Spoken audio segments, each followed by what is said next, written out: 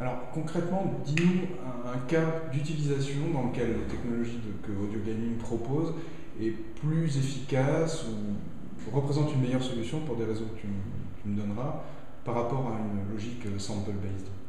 Alors si on prend le bruit, un exemple simple, si on prend le bruit si on prend le bruit de pas d'un personnage dans un jeu, aujourd'hui, pour faire des bruits de pas sur différentes surfaces qui prennent en compte les différentes vitesses de marche, les possibilités de s'arrêter, de tourner, de pivoter, ça peut être un peu long, enfin c'est même long et il faut d'une part enregistrer les bruits de pas sur toutes les surfaces, enregistrer les variations, on ne veut pas que ce soit à chaque fois le même son.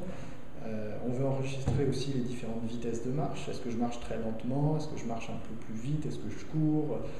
Ensuite, il faut enregistrer les moments où on pivote. Donc, on se retrouve avec un nombre vraiment important de fichiers à générer, à traiter. Et ensuite, il faut d'une part mettre ça dans un middleware existant, faire des événements assez compliqués dans lequel on met en forme chacun de ces événements. J'ai 4 bruits de pas lents sur du gravier, ensuite j'ai 4 bruits de pas moyennement lents sur du gravier, 4 bruits de pas où je cours sur du gravier. On met tout ça dans des événements et puis ensuite on demande au programmeur de nous envoyer les bonnes infos pour que les événements soient joués comme il faut. Donc mis bout à bout, ça Donc représente... c'est long, c'est fastidieux, voilà. Et ça demande beaucoup de travail en intégration. Ça demande beaucoup de travail en intégration.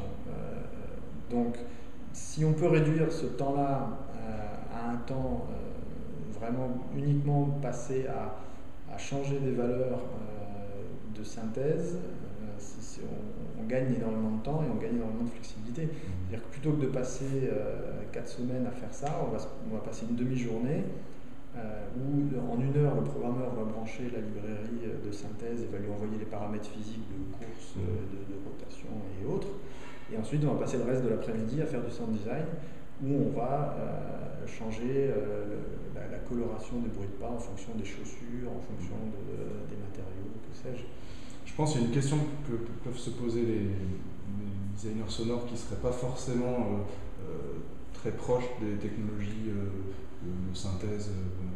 D'ailleurs, c'est de la synthèse par modèle physique que tu proposes ou... Alors, on ne s'interdit rien, c'est-à-dire que nous, on n'a pas encore réponse à tous les problèmes. Il y a un certain nombre on a un certain nombre de modèles déjà en stock de modélisation. Alors je ne peux pas forcément détailler l'ensemble, mais on va le révéler petit à petit. Mais on ne s'interdit aucune synthèse, c'est-à-dire qu'on n'est pas des aficionados de la synthèse par modèle physique et on n'aime pas du tout la synthèse FM. Non, chaque type de synthèse répond à des problématiques spécifiques. Ce qui nous intéresse, c'est plutôt le compromis qu'on peut obtenir entre d'une part le coût CPU, le coût mémoire, la qualité du rendu et la qualité des contrôles qu'on donne au sound designer, au créateur de jeu.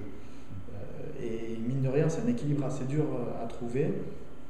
Donc si en plus on s'interdisait tout type de synthèse pour n'utiliser qu'une seule en particulier, ça deviendrait quasiment impossible à résoudre. Donc pour chaque type de problème, on est assez pragmatique, on utilise la technologie de synthèse la plus adaptée. C'est assez différent de contrat.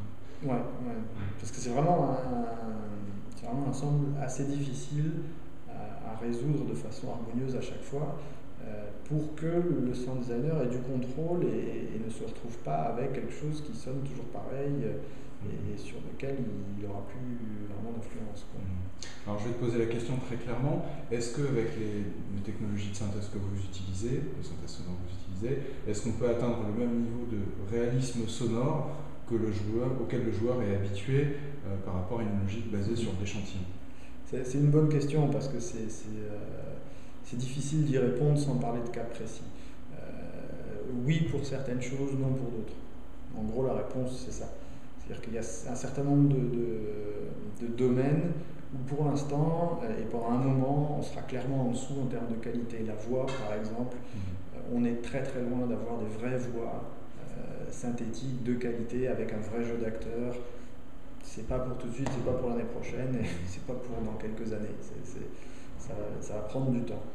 Par contre, il y a un certain nombre d'autres domaines où on obtient des résultats assez concrets et assez convaincants. Tu peux nous donner 3 exemples de là où la synthèse marche vraiment bien, aussi bien, voire mieux que une logique d'échantillon? Marcher mieux qu'une logique d'échantillon, ça n'a pas forcément de sens.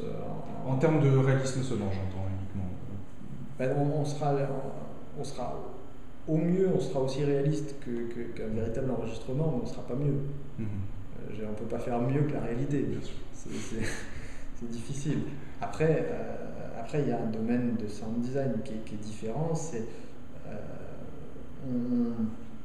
Si on prend l'exemple des houches, tout ce qu'on appelle houches, c'est les mouvements de déplacement d'air, y compris les déplacements un peu stylisés. C'est sûr que de ce point de vue-là, faire un houche, ça prend un peu de temps, on assemble différentes choses. À partir du moment où on a un modèle qui est assez contrôlable, assez versatile, plutôt que d'avoir un houche où on a 1 milliard. Bon, c'est un chiffre idiot, mais donc là il y a un vrai avantage de la synthèse. Et puis on ne parle pas d'un son qui a une réalité physique. Donc oui, pour ce genre de cas, ça apporte vraiment quelque chose.